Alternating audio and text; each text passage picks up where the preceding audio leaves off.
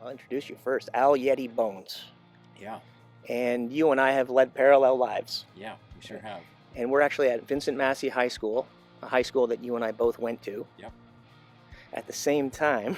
Yeah, and we pass each other in the halls. Yep. And we never met before. No. Can honestly say I've Yeah. never met you before. Yeah, no. But I think it's wonderful that you suggested coming here to a place anyone who went to Massey would be very familiar with, Dirt Ball Row. DB Row, baby. Yeah. They would come here and smoke. Play hacky sack and listen to tunes and whatever else. But I don't know. It just seemed like it was just an easy place to go to and be able to do what you wanted. And I mean, like when you think about it, it's like we're in the center of the parking lot. So you would have played here back in the day. You would have. Yeah, in my first band called the Ravens. Yeah, so it was me and a couple guys from this school, and then carried over a bass player friend of mine from Kennedy. So he would like have to leave school to come and play. I'm not sure if you're aware of this, but at one point Bob Seger played in that gym. I feel like I knew that. In my mind, it was always I know like Cooper at Walkerville and things like that. That's awesome though. Here, you must have played coaching horses several times too then. Hundreds, yeah, maybe upwards to 200 to 300 times. Is that kind of where you go after you're done playing at gymnasiums, at high schools? That would be the step up, but yeah, it's more of a step down. Oh. You know, like a flight of stairs down. But yeah, that's where we cut our teeth. Like as Mr. Bones, that was my band that I started in '99. That was where we would do that. And you were always of the same hard nature, metal. Yeah, never wanted to sway. He's big into Sabbath and AC/DC and stuff. Like I was getting into Caius like in like grade 10, grade 11. Nobody else in our area like really knew who they were, and so kind of used that as like a pivot point to jump on. So we were doing like heavy stuff and groovier stuff like caveman rock, you know. I've been reading up about the band, the current band, Gypsy Chief Goliath. I noticed some of the album art. Yeah. One had an owl. Yep. One had like a caveman, or maybe it was more of a Yep. Yeti. I really like it, and it reminds me of some of the stuff that we were seeing back in the 80s almost, you know, on shirts and stuff, Absolutely. but just more detail. And I wanted to talk to you about the Loop and the Loop complex, and just about how cool of a place that was, and how people of a certain age, all of us would have memories of that place and going 100%. there. And you played there on that level. You played in the Coach many times. What were some of the other bands that were rolling through there at that point? Lowdown, 50 Watt Head, Corporofemia, Trailer Park Sex Cowboys, Royal Dose.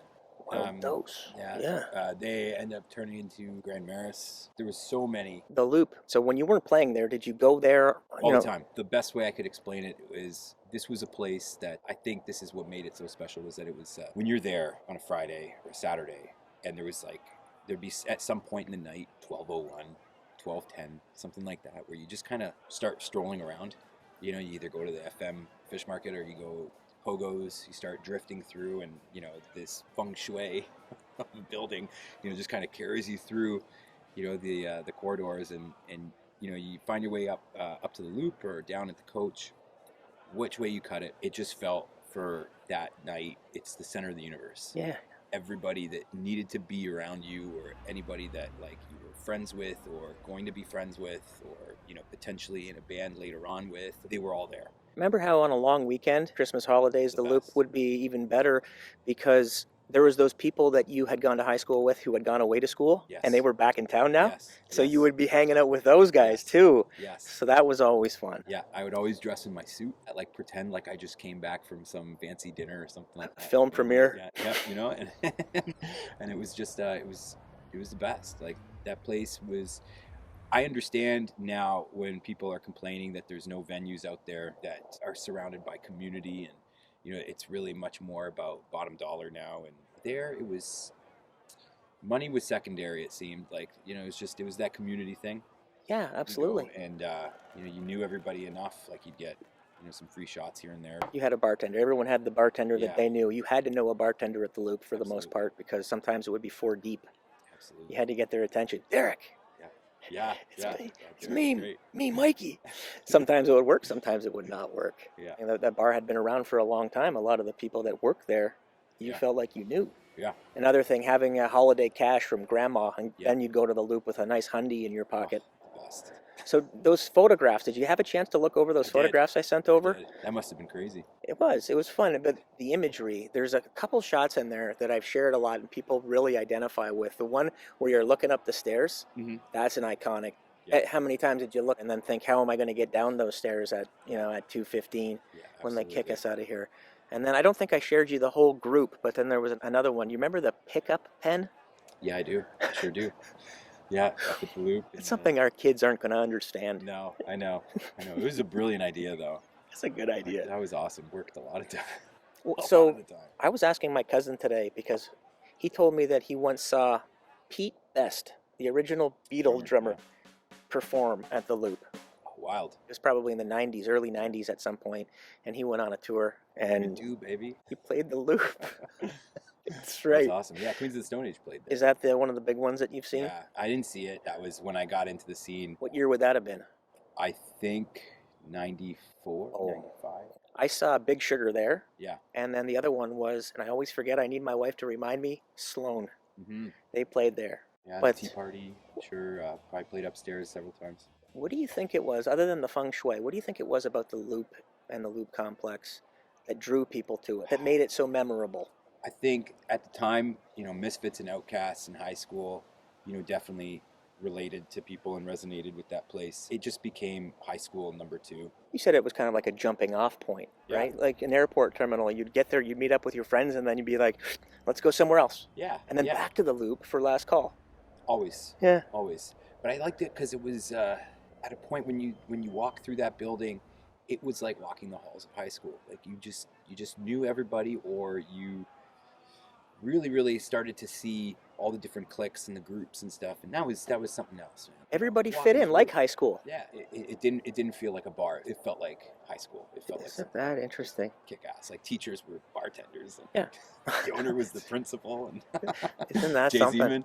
Oh yeah. I have to ask you about the drink, the double mud. I never had it. You never had it? Beer drinker? Yeah. Okay. Double mud was the cheapest thing with the most alcohol in it that would get you drunk the fastest. Nice. Yeah, and the fish bowls. Yeah, exactly. Those huge fish bowls. That was best. I was never big into dancing, but I knew about the songs that the DJ was playing and how there was some good selection for a certain type of person. Like they had a lot of. I always think of "Groove Is in the Heart" by Delight. Yeah. That's the song that I think of as playing at the Loop when I go there. I want to be starting something. Exactly. Michael Jackson. It had its charms because it was an old building. Like it had been a furniture store, I think, way back in the day. It had been like part of a thriving downtown furniture store.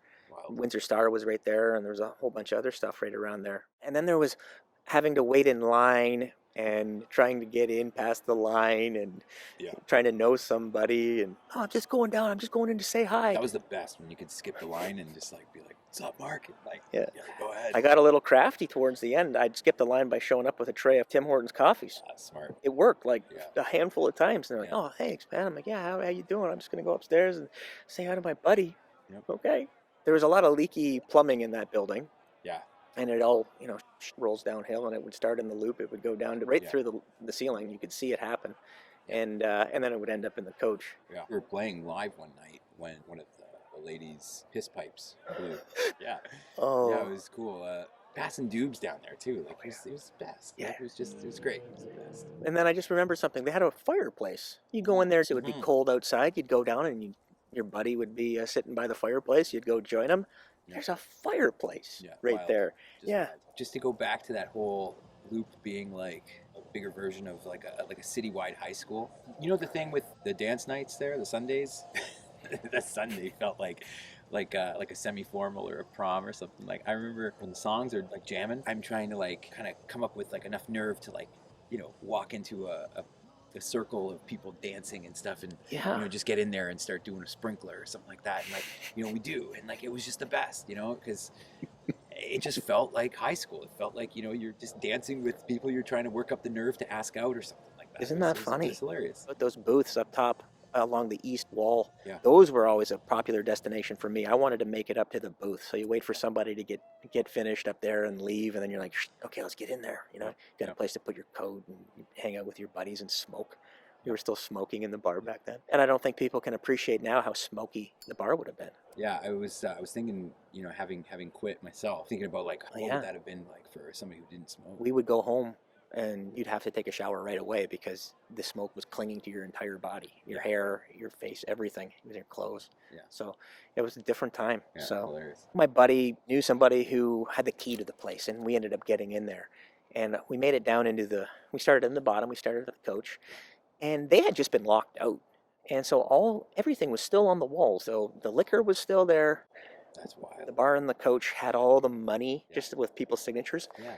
And water had found its way into the coach. Everything was moldy, and all that money that was hanging behind the bar was moldy. Yeah, we trolled around there, and we just grabbed souvenirs. We had brought some tools. You can see that they were there one day, and they weren't there the next. They didn't have time to clean the ashtrays. Mhm. That pickup pen was still there.